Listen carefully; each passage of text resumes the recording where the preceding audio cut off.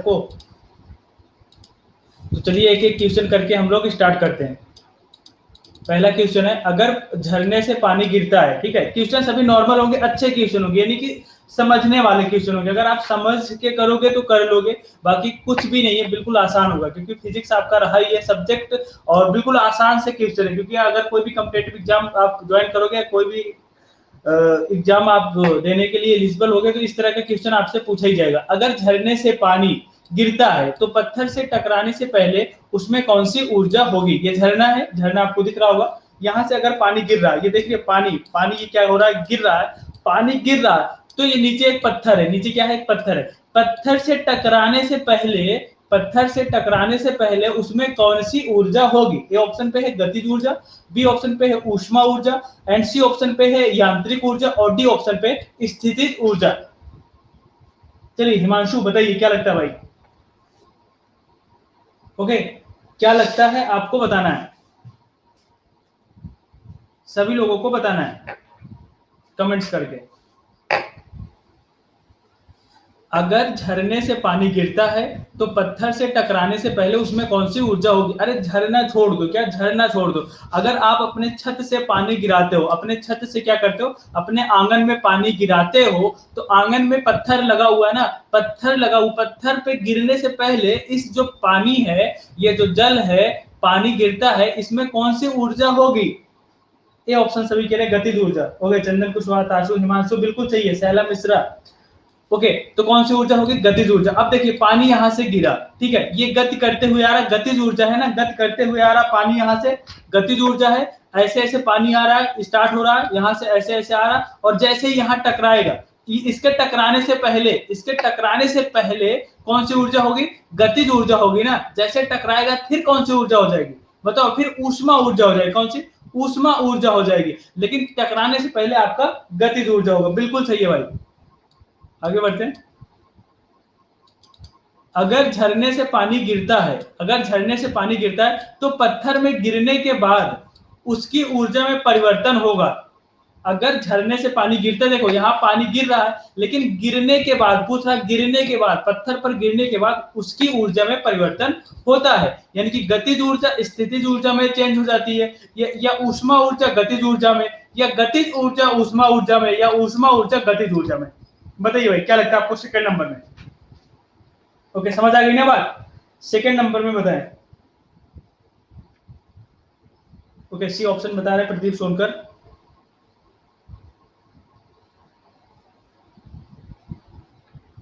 Shaila Mishra C option के साथ।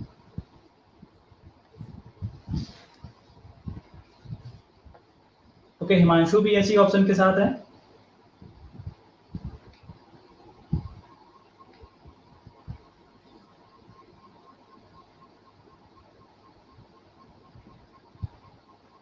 Okay, तासुसी option बिल्कुल सही है। यहाँ पे अभी अभी हमने बताया गतिज ऊर्जा, गतिज ऊर्जा से ऊष्मा ऊर्जा में। बात समझ आई कि नहीं बताओ भाई? समझ आया कि नहीं? सभी को समझ आया होगा, ये चीज अब आपको समझ आ गई है अच्छे से। जब आप ऐसे टेक्निकल तरीके से पढ़ने का प्रयास करोगे ना, तो अच्छे से समझ में आएगा।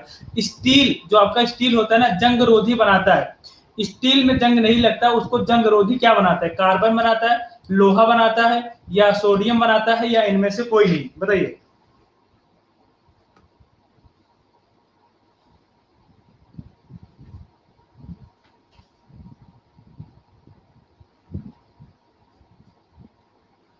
बताओ भाई, यहाँ पे स्टील जंगरोधी बनाता है कार्बन, लोहा, सोडियम। ओके, यूपीएससी निर्देश, कोई बात नहीं भाई। तो यहाँ पे आपका ए ऑप्शन सही हो जाएगा, कार्बन। क्या सही हो जाएगा यहाँ पे आपका? कार्बन। ठीक है, चंदन कुशवाहा, शैला मिश्रा, ए ऑप्शन आपका बिल्कुल सही। अब एक बात समझना, कार्बन क्या करता है? स्टील को, कार्बन स्टील को क्या कर देता है? जंगरोधी बनाता है। क्या करता है? जंगरोधी बनाता है। और जो कार्बन है ना, स्टील को कठोर बनाता है। स्टील को क्या बनाता है? कठोर बनाता है। जब कठोर बनाएगा तो जंगरोधी ही बनाएगा। अब देखना, अगर एक ऑप्शन और होता है यहाँ पे, क्रोमियम। क्या होता है? क्रोमियम ऑप्शन होता है, तो हम लोग वो ये ऑप्शन टिक करते क्रोमियम। लेकिन क्रोमियम नहीं है, तो हम लोग क्या टिक करेंगे? कार्बन टिक करेंगे। यानी कि क्रोमियम भी स्टील को जंग रोधी बनाता है। अगर क्रोमियम रहेगा तो क्रोमियम लगाओगे, नहीं तो क्या लगाओगे? कार्बन लगाओगे, यानी कि ए ऑप्शन यहाँ पे आपका करेक्ट होगा। अब नेक्स्ट क्वेश्चन पे देखना, क्वेश्चन सेम यही होगा, स्टील जंगरोधी बनाता है, यहाँ पे कार्बन भी है, क्रोमियम भी है, एल्युमिनियम भी है। तो कार्बन जो आपका आता है ये दूसरे नंबर पे आता है, पहले नंबर पे आपका क्या आता है, क्रोमियम। क्या आता है, क्रोमियम, जो स्टील को जंगरोधी बनाता है। तो यहाँ पे आपका कौन सा ऑप्शन करेक्ट हो जाएगा, बताइए कौन सा ऑप्शन यहाँ पे करेक्ट हो जाएगा, कार्बन करेक्ट होगा या क्रोमियम करेक्ट होगा। अगर आपने केवल कार्बन पढ़ा हुआ है तो आप कार्बन लगा के आओगे, अगर आपने दोनों पढ़ा हुआ है तो आपको कोई दिक्कत नहीं होगी, कहीं पे भी क्वेश्चन आएगा तो आप करेक्ट कर पाओगे। ओके, बिल्कुल सही है, यहाँ पे सहला सी ऑप्शन सही है, प्रदीप सोनकर, विकास यादव सी ऑप्शन यहाँ पे आपका बिल्कुल सही है, क्रोमियम। इतनी बात समझ आ गई होगी। आगे बढ़ते, उड्डयन काल का सूत्र है, बहुत इंपॉर्टेंट है, आपके एग्जाम में 100% यहाँ से क्वेश्चन आता ही आता है। आपने देखा होगा, आपके प्री बोर्ड में भी आया होगा, और जो आपके वीकली टेस्ट होते हैं वहां पे भी इस तरीके का क्वेश्चन पूछा जाता है। इस बार तो ज्यादा हुए नहीं है, लेकिन अगर आपका स्कूल ओपन होता तो ये बहुत ही इंपॉर्टेंट है, टाइम ऑफ, ठीक है, उड्डयन काल। उड्डयन काल का सूत्र है, आपने पढ़ा होगा ना, कौन सा सूत्र पढ़ा होगा, HRT। क्या HRT का सूत्र पढ़ा है कि नहीं, हाई रेंज उड्डयन काल, HRT। ये क्या है आपका, ये रेंज है, हाई रेंज है, सॉरी ये आपका हाई है, हाइट है, ठीक है, और ये क्या है आपका, रेंज है, हाई रेंज, और ये क्या है, टाइम है, क्या है आपका, टाइम है। तो तीनों के लिए फार्मूला होता है, तो यहाँ पे आपसे उड्डयन काल का फार्मूला पूछा जा रहा है, क्या उड्डयन काल का फार्मूला यहाँ से आपका पूछा जा रहा है। विकास यादव डी ऑप्शन कह रहे हैं, हिमांशु डी ऑप्शन के साथ है। ओके,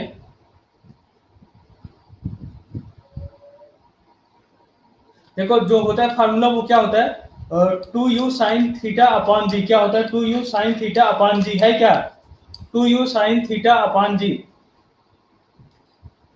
ये भी ऑप्शन नहीं होगा भाई,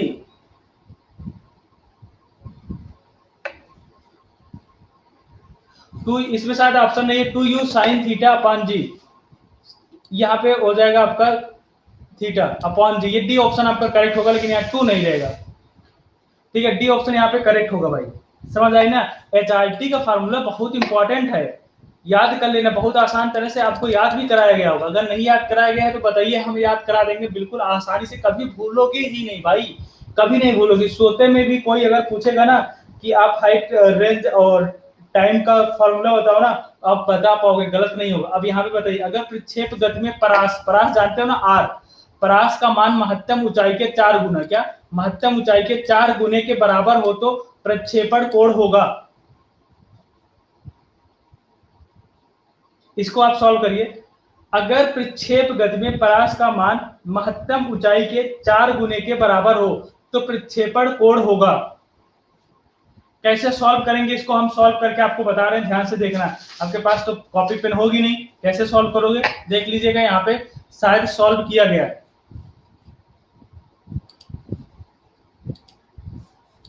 देखिए हिमांशु, यहाँ पे बोला जा रहा है, अगर प्रक्षेप गति का परास, सॉरी अगर प्रक्षेप गति में परास का मान, परास क्या होता है, आर, प्रक्षेप गति में परास का मान महत्तम ऊंचाई के 4 गुने के बराबर हो, महत्तम ऊंचाई यानी कि आपकी जो ऊंचाई है कि 4 गुने के बराबर हो, तो आपका क्या हो गया, R इक्वल टू 4h हो जाएगा कि नहीं हो जाएगा, बताओ भाई, इतनी बात समझ आई, R इक्वल टू 4h हो जाएगा ना, होगा कि नहीं होगा, R इक्वल टू 4h हो जाएगा भाई। अगर प्रक्षेप गति में परास का मान महत्तम ऊंचाई के 4 गुने है, 4 गुने के बराबर है, तो 4 गुने के बराबर है, 4h हो गया, इक्वल टू R हो गया। अब R का फार्मूला यहाँ पे हमने रख दिया, u square sine 2 alpha upon g equal to 4 u square sine square alpha upon 2g, बस सिंपल है। फिर इसको सॉल्व कर लिए, क्या u स्क्वायर दोनों तरफ पे क्या हो गया, ये कैंसिल हो गया, क्या आपका यहाँ से बचा जी, यहाँ पे भी है और यहाँ पे भी है, आपका क्या हो गया, कैंसिल हो गया, तो sine 2 alpha equal to 2 sine square alpha आपका बच गया। अब इसको हम इधर लेके आए, क्या इसको हम इधर लेके आए, या तो आप ये साइन 2 अल्फा का यहाँ फार्मूला लगा दो, 2 sine alpha cos alpha, 2 sine alpha cos alpha का फार्मूला लग गया। अब इसमें क्या कर दिया, ये स्क्वायर ये साइन को कैंसिल कर दिया, ये 2 और इस 2 को कैंसिल कर दिया, तो आपका क्या बच गया, cos alpha equal to sine alpha, cos alpha equal to sine alpha. तो जब हम दोनों को एक तरफ ले आएंगे तो आपका क्या हो जाएगा, sine alpha upon cos alpha. इसको हम लिख सकते हैं क्या भाई, टेन अल्फा की वैल्यू क्या हो जाती है, टेन अल्फा इक्वल टू 1 हो जाएगा, इधर 1 बचेगा ना, तो 1 किसका होता है, अल्फा इक्वल टू 45, यानी कि यहाँ पे ए ऑप्शन करेक्ट है। ओके, समझ आई बात सभी की, सभी को बात समझ आ गई होगी। आगे बढ़ते हैं। अब यहाँ पे आपको बताना है, कोई पिंड 1 मीटर की ऊंचाई से गिराया जाता है तथा 36 सेंटीमीटर उछलता है, प्रत्यास्थता गुणांक का मान होगा। कोई पिंड 1 मीटर की ऊंचाई से गिराया जाता है तथा 36 सेंटीमीटर उछलता है, प्रत्यास्थता गुणांक का मान होगा। बताइए 7th नंबर पे, 7th नंबर में बताओ भाई, कोई पिंड 1 मीटर की ऊंचाई से गिराया जाता है तथा 36 सेंटीमीटर उछलता है, प्रत्यास्थता गुणांक का मान होगा।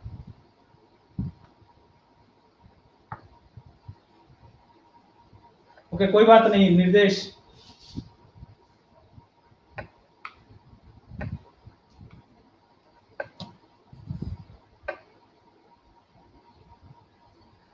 क्या लगता है बताओ भाई इसमें, फिर मैं आपको बता रहा हूं कैसे सॉल्व करना है। यहाँ पे आपका डी ऑप्शन होगा 0.6, डी ऑप्शन प्रदीप सोनकर बिल्कुल सही है। तो यहाँ पे आपको पता है ना, प्रत्यास्थता गुणांक ई, प्रत्यास्थता गुणांक क्या हो जाता है, देखो इसमें क्या हो जाता है, अंडर रूट जो इसका फार्मूला होता है, छोटका ऊंचाई यानी कि जो छोटा ऊंचाई है, छोटका ऊंचाई लिख लो और अपान में लिख लो बड़का ऊंचाई। क्या, बड़का ऊंचाई, बड़का ऊंचाई मतलब जानते हो ना, छोटा उछाल एवं बड़ा उछाल, जो आपने पढ़ा है वो तो आप याद ही करना, ये भी देख लेना जब इस तरीके का क्वेश्चन आएगा। छोटका ऊंचाई अपान बड़का ऊंचाई, तो छोटका ऊंचाई कितना है देख लेना।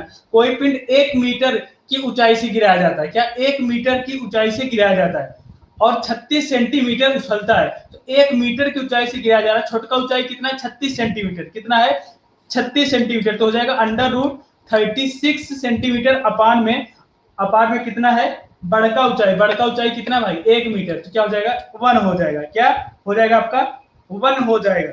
ठीक है, अंडर रूट 36 अपान 1, लेकिन ये देखना ये मीटर में है, किसमें है, ये मीटर में है, तो यहाँ पे हमारा जो आंसर आ जाएगा वो आपका आ जाएगा 0.6 आपका आंसर हो जाएगा।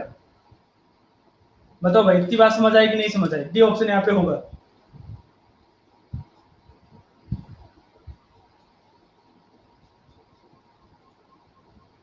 राइट, आगे बढ़ते भाई 7th नंबर पे, 8 नंबर पे, 8 नंबर अब बताइए, ये तो आसान है। संवरक कमरे की छत के निकट लगाए जाते हैं क्योंकि, पता जो आपके कमरे में, जो आपके रूम में जाली होती है एक ऊपर छत के एकदम पास लगाई जाती है, ऊपर छोटी सी जाली नहीं लगाई जाती है, वो एकदम ऊपर क्यों लगाई जाती है, इसका रीजन क्या है। सांस से छोड़ी गई गर्म हवा उठाती है, देखिए अब यहाँ पे आप समझ लीजिए, जो सबसे ऊपर जाली लगाई जाती है ना, सबसे ऊपर कमरे में, वो इसलिए लगाई जाती है, जो गर्म हवाएं होते हैं, जो गर्म हवाएं होती है ना, उसका घनत्व कम कम होता है, क्या उसका घनत्व कम होता है। जो ठंडी हवाएं होती हैं वो नीचे रहती हैं, वो नीचे आती है, लेकिन जो गर्म हवाएं होती हैं वो ऊपर जाती हैं, कहा जाती हैं ऊपर जाती है, क्योंकि उसका घनत्व कम होता है। तो इसलिए ये खिड़की इसीलिए लगाई जाती है कि गर्म हवा इसी से क्या हो जाए, निकल जाए, इसी से निकल जाए। अगर आप नीचे लगा दोगे नीचे से, तो ठंडी हवा भी तो निकल जाएगी ना, तो इसलिए ऊपर लगाया जाता है जिससे गर्म हवाएं निकल जाए। समझ आई बात। यहाँ पे आपका कौन सा ऑप्शन करेक्ट हो जाएगा, तो आप देख लेना, यहाँ पे आपका 9th का कौन सा नंबर, 8 नंबर है ना, 8 का बी ऑप्शन यहाँ पे करेक्ट हो जाएगा। उनमें कमरे में क्रॉस वेंटिलेशन मिलता है, क्रॉस वेंटिलेशन मतलब समझ रहे हो ना, गर्म हवाएं निकल जाती है और ठंडी हवाएं अंदर आ जाती है। बी ऑप्शन यहाँ पे करेक्ट होगा भाई।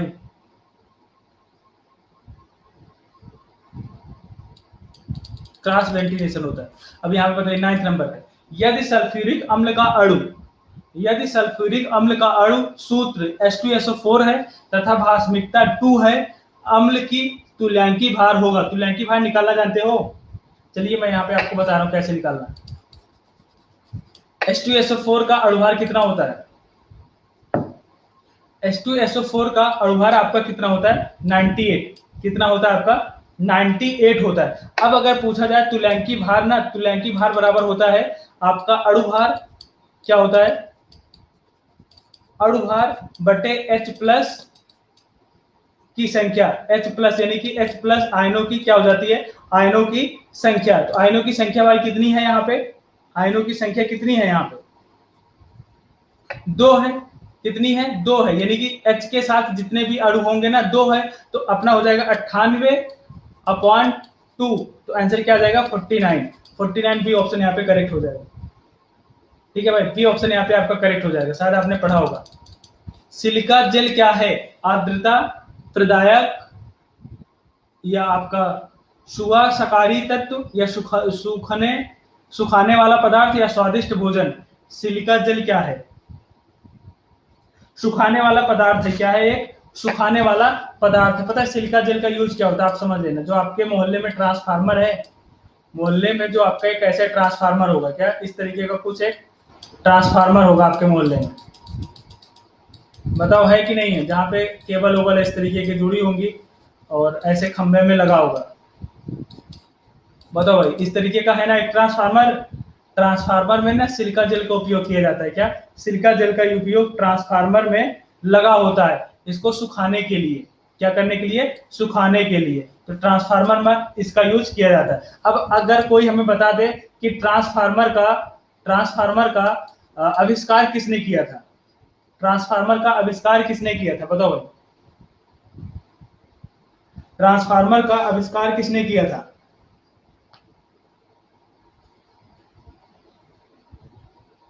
ट्रांसफार्मर का जो आविष्कार था ना, फैराडे ने। किसने? फैराडे ने किया था। भाई समझ आई बात? रासायनिक बंध बनने पर क्या होता है? देखिए भाई, रासायनिक बंध बनने पर क्या होता है? ऊर्जा सदैव अवशोषित होती है, ऊर्जा सदैव बाहर आती है, होता है, या ऊर्जा सदैव स्थिर रहता है? इनमें से कोई नहीं। ऊर्जा सदैव बाहर होता है, ऊर्जा सदैव स्थिर रहती है, या ऊर्जा सदैव अवशोषित होती है? बताओ, रासायनिक बंध बनने पर क्या होता है? 11 नंबर में। हाँ बिल्कुल सही है सैला। अरे फैराडे ने किया था निर्देश। जो आपके मोहल्ले में ट्रांसफार्मर है ना, वो एक दिन वीकली में, हफ्ते में एक दिन वो खराब हो जाता है। अब किस दिन खराब होता है? फ्राइडे को। फ्राइडे को क्या होता है, वो आपका जो ट्रांसफार्मर है ना खराब हो जाता है। तो फ्राइडे से क्या हो जाएगा? फैराडे। आपके मोहल्ले में जो ट्रांसफार्मर है ना, वो फ्राइडे को क्या होता है? अक्सर फ्राइडे को ही खराब हो जाता है। तो अब ये याद रखना, इसी से फैराडे हो जाएगा।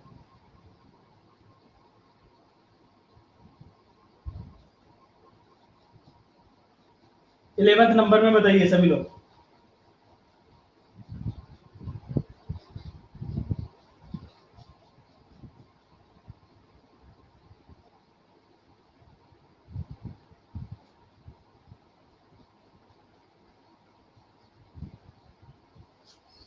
ए नहीं, यहाँ पे बी ऑप्शन होगा 11 का। ठीक है, ऊर्जा सदैव बाहर आती है। 11 का आपका बी ऑप्शन सही हो जाएगा।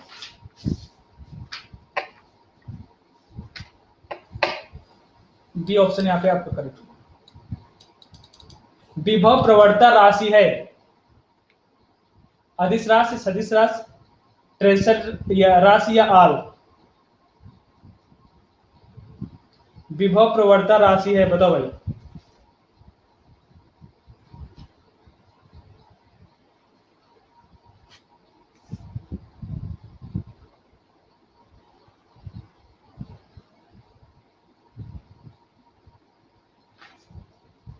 ओके, 12 नंबर में बताइए सभी लोग।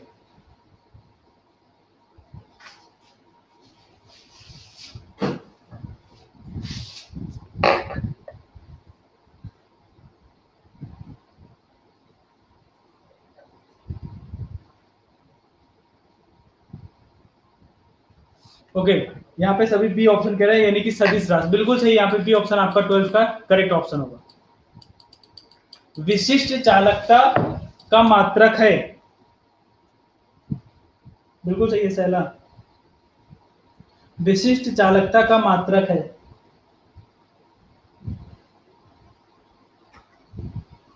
30 नंबर में बताए।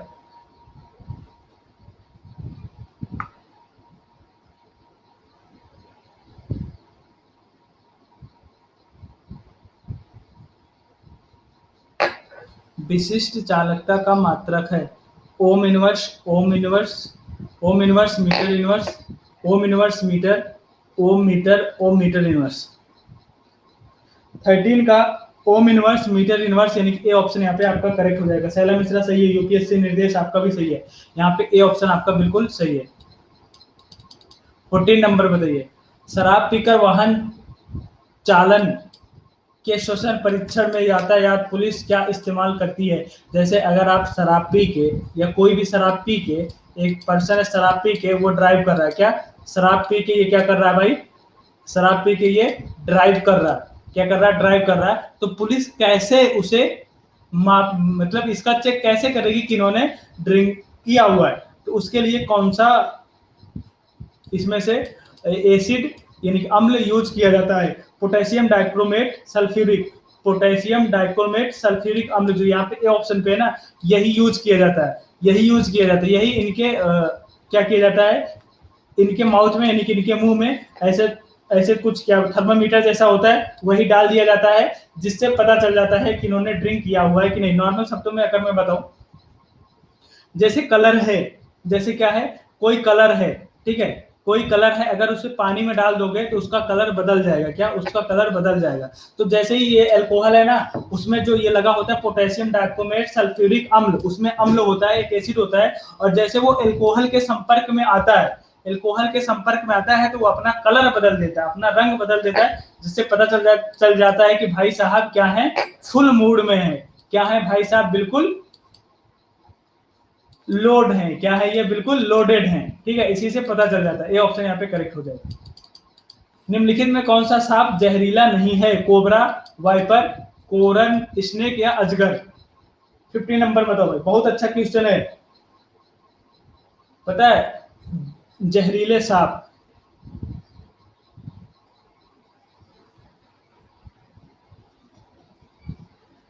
निम्नलिखित में से कौन सा सांप जहरीला नहीं है? कोबरा, वाइपर, कोरनल स्नेक या अजगर?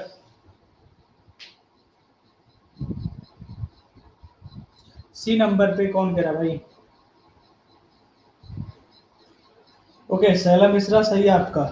आपको लगता है कि अजगर सबसे ज्यादा जहरीला है, लेकिन अजगर क्या होता है, जहरीला नहीं होता, वो किसी भी चीज को ना निगल जाता है, क्या कर जाता है, निगल जाता है, वो जहरीला नहीं होता, उसके अंदर जहर नहीं होता है, वो किसी को काटता नहीं है, वो डायरेक्ट आपको निगल जाएगा, यानी कि खा जाएगा।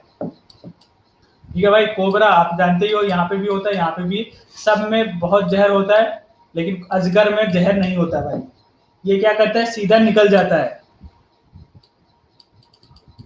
निम्नलिखित में से कौन सा ठोस है? Fluorine, chlorine, bromine, iodine?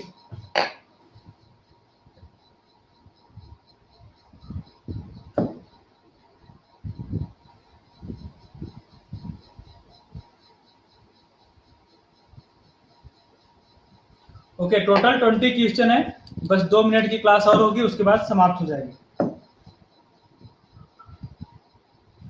Okay Himanshu,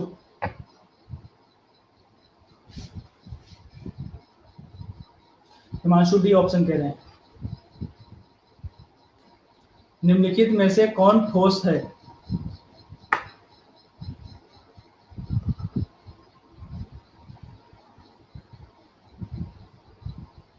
अच्छा, यहाँ पे आपका आयोडीन हो जाएगा, यानी कि डी ऑप्शन आपका करेक्ट हो जाएगा, आयोडीन। ठीक है, ये फ्लोरीन आपका ये गैस होता है, क्लोरीन ये भी गैस होती है, ये ब्रोमीन ये आपका लिक्विड फॉर्म में होता है, किसमें होता है, लिक्विड फॉर्म में होता है। फ्लोरीन, क्लोरीन ये आपकी क्या होती है, गैस होती है भाई, ये लिक्विड फॉर्म में होता है। आयोडीन, अरे नमक, नमक कैसे होता है, ठोस होता है। पानी हवा का बुलबुला व्यवहार करता है, पानी हवा का बुलबुला व्यवहार करता है, बताइए 20 नंबर।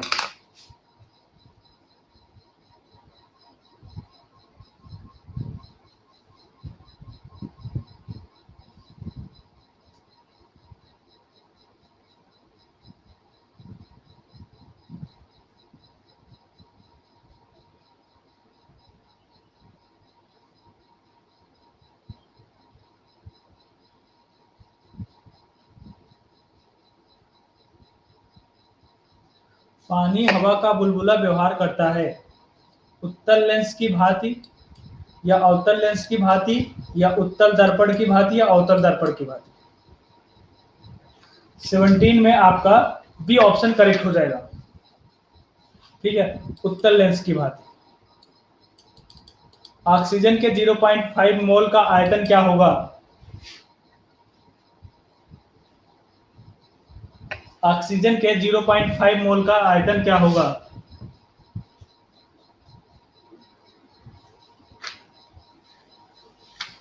ओके प्रदीप सोनकर बताओ भाई।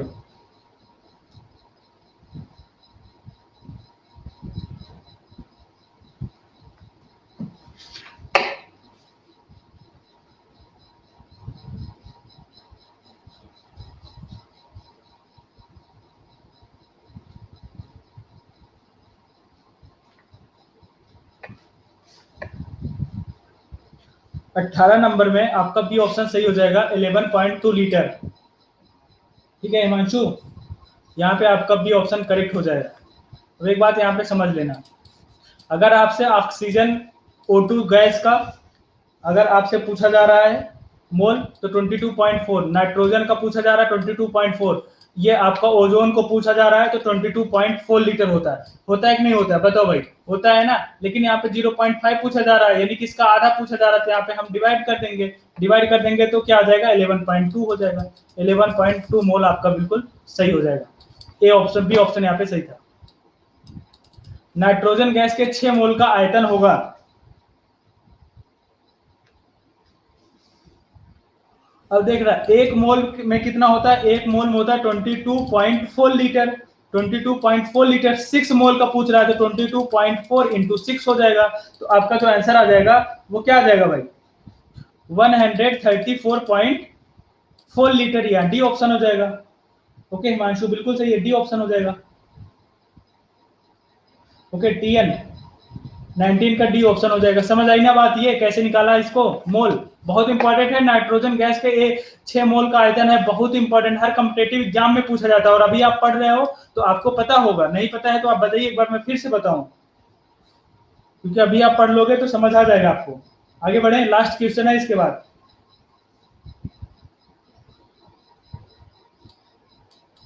ओके लास्ट क्वेश्चन इसमें बताइए, निम्नलिखित में से कौन सा ईंधन न्यूनतम पर्यावरण प्रदूषण उत्पन्न करता है? निम्नलिखित में से कौन सा ईंधन न्यूनतम पर्यावरण प्रदूषण उत्पन्न करता है? पावर, अल्कोहल, हाइड्रोजन, पेट्रोल या प्राकृतिक गैस सीएनजी? बताओ भाई। बहुत अच्छा क्वेश्चन है, नॉर्मल क्वेश्चन है, आपको पता होना चाहिए कि कौन सा ईंधन न्यूनतम पर्यावरण प्रदूषण उत्पन्न करता है, जिससे आपको पता चले कि हमें क्या कौन सी गैस यूज करना चाहिए, कौन सा ईंधन यूज करना चाहिए। हाइड्रोजन, टी एन कह रही कि हाइड्रोजन। शैला मिश्रा भी हाइड्रोजन के साथ है। हिमांशु भी ऑप्शन कह रहे हैं। ओके तो यहाँ पे आपका बी ऑप्शन बिल्कुल सही है, हाइड्रोजन सही है। देखो सीएनजी दूसरे नंबर पर आता है, क्या सीएनजी दूसरे नंबर पर आता है, पहले नंबर पर आपका हाइड्रोजन आएगा। ठीक है भाई। और अगर ये पूछा जाए ना सबसे अधिक प्रयोग किए जाने वाली गैस, सबसे अधिक प्रयोग किए जाने वाला ईंधन और जो सबसे कम प्रदूषण फैलाता है, यानी कि सबसे कम उत्पन्न करता है प्रदूषण, तब आप सीएनजी लगा के आओगे। सबसे ज्यादा यूज होता है और सबसे कम प्रदूषण करता है, यानी कि सबसे ज्यादा यूज होने वाला ईंधन में अगर पूछा जाए तो सीएनजी होगा। ठीक है भाई, इतनी बात समझ आई सबको? बोलो अगर इतनी बात सभी को समझ आ गई तो।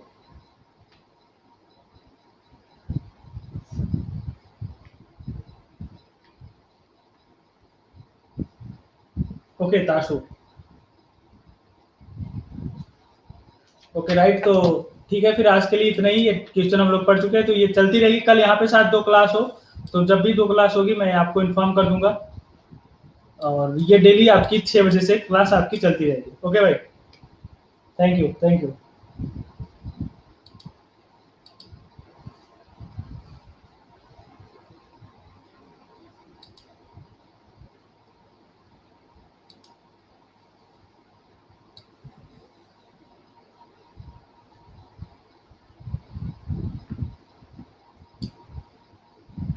Okay Himanshu, bye bye.